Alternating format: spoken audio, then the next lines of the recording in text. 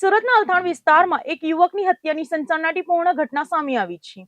જોકે અલથાણ પોલીસે ગણતરીના કલાકોમાં જ ગંભીરતા દાખવીને આ હત્યાનો ભેદ ઉકેલી મુખ્ય આરોપીને ઝડપી પાડ્યો છે. સુરત શહેરમાં કાયદો અને વ્યવસ્થાની સ્થિતિ વચ્ચે અલથાણ વિસ્તારમાંથી હત્યાની એક ચોંકાવનારી વારદાત પ્રકાશમાં આવી હતી. અલથાણમાં આવેલા એક રહેણાંક વિસ્તારમાં રાહુલ નામના યુવકની નિર્મમ હત્યા કરી દેવામાં આવતા સમગ્ર પંથકમાં ચકચાર મચી ગઈ હતી. ઘટનાની ગંભીરતાને જોતા વહેલી સવારથી જ સ્થાનિક રહીશોમાં ભારે અફરાતફરી અને ભયનો માહોલ જોવા મળ્યો હતો. હત્યાની આ ઘટના અંગે કંટ્રોલ રૂમ દ્વારા જાણ કરાતા જ અલથાણ પોલીસ મથકનો ઉચ્ચ અધિકારી સહિતનો મોટો કાફલો તાત્કાલિક અસરથી ઘટના સ્થળે દોડી આવ્યો હતો. પોલીસે ઘટના સ્થળની આસપાસ ઘેરાબંધી કરીને તપાસનો ધમધમાટ શરૂ કર્યો હતો. પ્રાથમિક દ્રષ્ટિએ કોઈ અજાણ્યા વ્યક્તિ દ્વારા તીક્ષ્ણ હથિયારના ઘા ઝીકીને રાહુલ નામના આ યુવકને મોતને ઘાટ ઉતારી દેવામાં આવ્યો હોવાનું સામે આવ્યું હતું. પોલીસે કાયદેસરની કાર્યવાહી કરીને રાહુલના મૃતદેહને પંચનામું કર્યા બાદ પોસ્ટમોર્ટમ અર્થે સુરતની સિવિલ હોસ્પિટલ ખાતે ખસેડ્યો હતો. અલથાણ પોલીસે આ મામલે તાત્કાલિક ધોરણે અજાણ્યા શખ્સ સામે હત્યાનો ગુનો નોંધીને તપાસના ચકો ગતિમાન કર્યા હતા. આરોપીને ઝડપી પાડવા માટે પોલીસ દ્વારા આસપાસના સીસીટીવી ફૂટેજ અને ટેકનિકલ સર્વેલન્સની મદદ લેવામાં આવી હતી. આ કેસમાં અલથાણ પોલીસને એક મોટી અને મહત્વની સફળતા સાંપડી છે. પોલીસે આ ગુનામાં કડક કાનૂની કાર્યવાહી અને અલગ અલગ ટીમો બનાવીને માત્ર ગણતરીના કલાકોમાં જ હત્યા આચરીને ભાગી છૂટેલા મુખ્ય આરોપીને ઝડપી પાડ્યો છે. પોલીસની કડક પૂછપરછમાં આરોપીએ પોતાનો ગુનો કબૂલી લીધો હોવાનું સામે આવ્યું છે. હાલમાં તો પોલીસે પકડાયેલ આરોપીની સત્તાવાર અટકાયત કરીને તેની સઘન પૂછપરછ શરૂ કરી છે. પોલીસ એ પાસા પર ઊંડાણપૂર્વક તપાસ ચલાવી રહી છે કે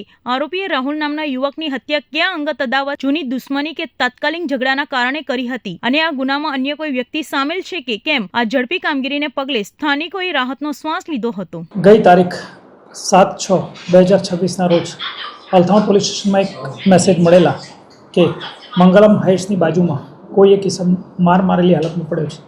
જેથી પોલીસે સત્વરે જઈ તપાસ તજવીજ કરતા એક વ્યક્તિ ઊંધા માથે પડેલો હતો, જેને માથાના ભાગે ખૂબ ઘનિષ્ઠ ઇજાઓ થઈ હતી, જેની ઓળખ રાહુલ તરીકે થઈ હતી, જે પાંડેસરા પોલીસ વિસ્તારમાં રહેવાવાળો હતો.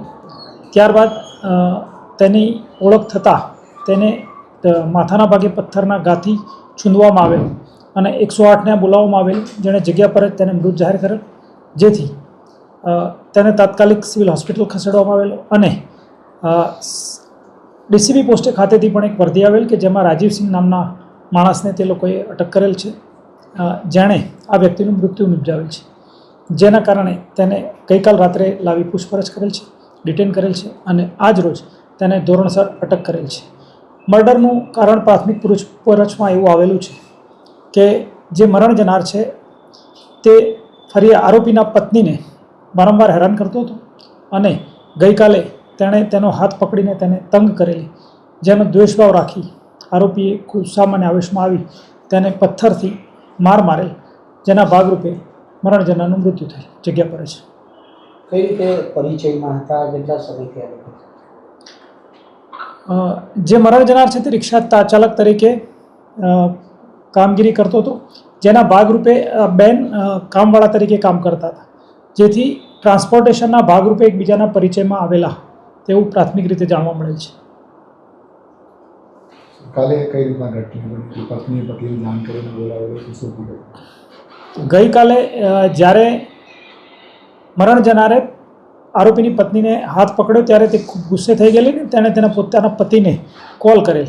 પતિએ જગ્યા પર આવી પહેલાં સમજાવવાનો પ્રયત્ન કરેલ, પરંતુ નહીં સમજતા તેણે પોતાનાથી પાસેની આજુબાજુ જે પથ્થર મળ્યો એ પથ્થર વડે હુમલો કરેલ.